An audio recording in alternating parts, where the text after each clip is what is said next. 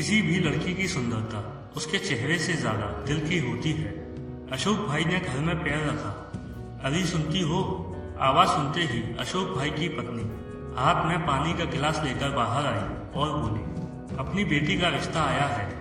अच्छा भला इज्जतदार सुखी परिवार है।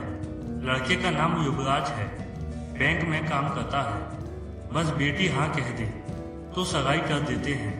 बेटी उनकी एकमात्र लड़की थी। घर में हमेशा आनंद का माहौल रहता था। कभी कभार अशोक भाई के सिगरेट व पान मसाले के कारण उनकी पत्नी और बेटी के साथ कहासुनी हो जाती, लेकिन अशोक भाई मजाक में निकाल देते थे। बेटी खूब समझदार और संस्कारी थी। एसएससी पास करके ट्यूशन सिलाई का काम करके पिता की मदद करने की कोशिश करती थी। अब तो बेटी ग्रेजुएट हो गई थी और नौकरी भी करती थी, लेकिन अशोक भाई उसकी पगार में से 1 रुपया भी नहीं लेते थे और रोज कहते, बेटी यह पगार तेरे पास रख, तेरे भविष्य में काम आएगी।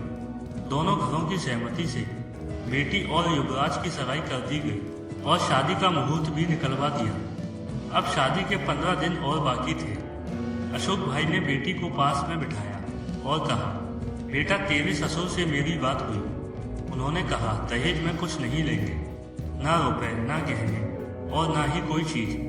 तो बेटा तेरी शादी के लिए मैंने कुछ रुपए जमा किए हैं। यह 2 लाख रुपए मैं तुझे देता हूँ, तेरे भविष्य में काम आएंगे। तू तेरे खाते में जमा करवा देना। ओके पापा।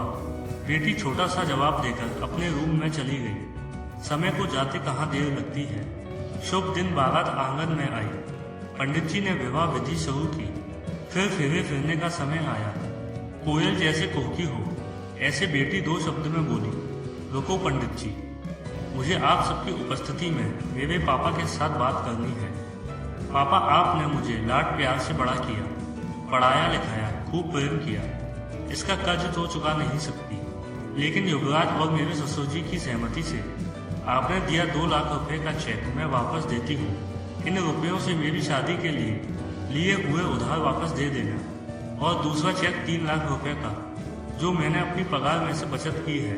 जब आप रिटायर होंगे तब आपके काम आएंगे। मैं नहीं चाहती कि बुढ़ापे में आपको किसी के आगे हाथ फैलाने पड़े। अगर मैं आपका लड़का होता तब भी इतना तो करता ना। वहाँ पर सभी की नज़र बेटी पर थी।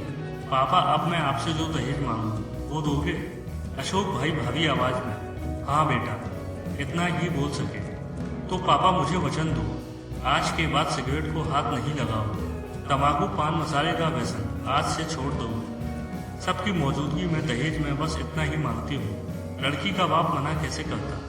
शादी में लड़की की विदाई के समय कन्या पक्ष को तो रोते देखा होगा, लेकिन आज तो बारातियों की आंखों में आंसुओं की धारा निकल चुकी थी। मैं दूर से उस बेटी को लक्ष्मी रूप में देख रहा था। रुपए का लिफाफा मैं अपनी जेब से नहीं निकाल पा रहा था। साक्षात लक्ष्मी को मैं कैसे लक्ष्मी दूं? लेकिन एक सवाल मेरे मन में जरूर उठा, भ्रूण हत्या करने वाले लोगों को इस जैसी लक्ष्मी मिलेगी क्या?